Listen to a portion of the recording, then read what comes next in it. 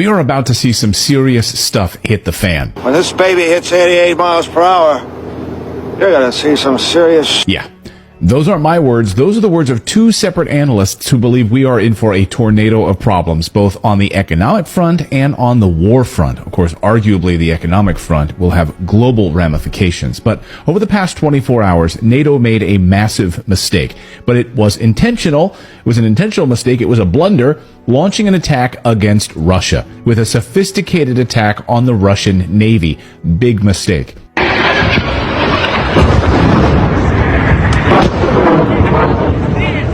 And Putin knows exactly what they did. And of course, we are watching now to see how bad this actually gets. We just saw our clearest sign yet that an all-out war is coming. And if you're an investor, you need to pay attention to what's about to happen to the global economy as we slide into this recession at the beginning of 2024. We've got a bunch of big stories that I want to get to, and they're all tied together on energy, on debt, and war. So let's start with the war, which is incredibly important to understand because the United States wants to own Ukraine fully so that BlackRock and Vanguard and all of these other massive corporations can take full control of the land.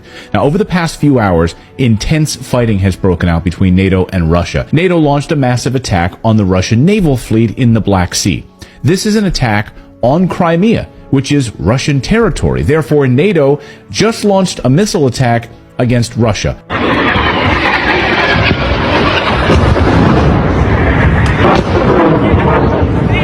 Plain and simple.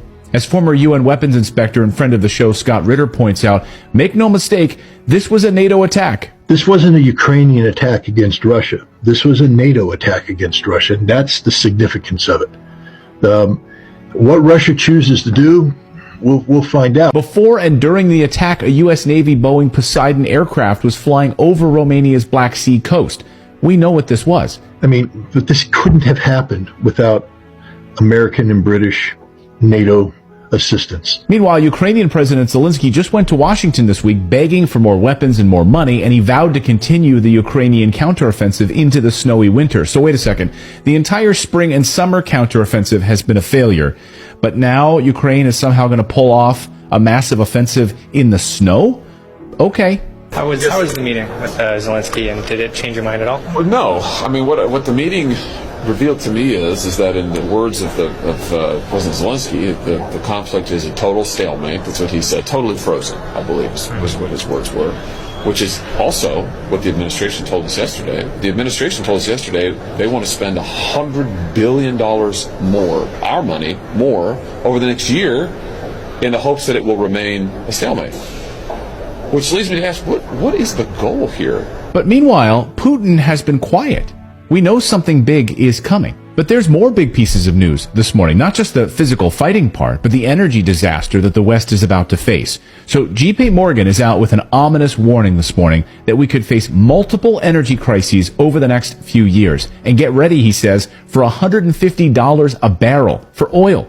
That would push gas prices to astronomical highs, unlike anything we've ever seen before. I mean, we're over $90 a barrel right now, and it's been crushing for a lot of businesses. And you, let me know in the comments below how much you're paying for gas where you live right now. Well, this JP Morgan analyst calling it a super cycle. I'd call it, frankly, a perfect storm.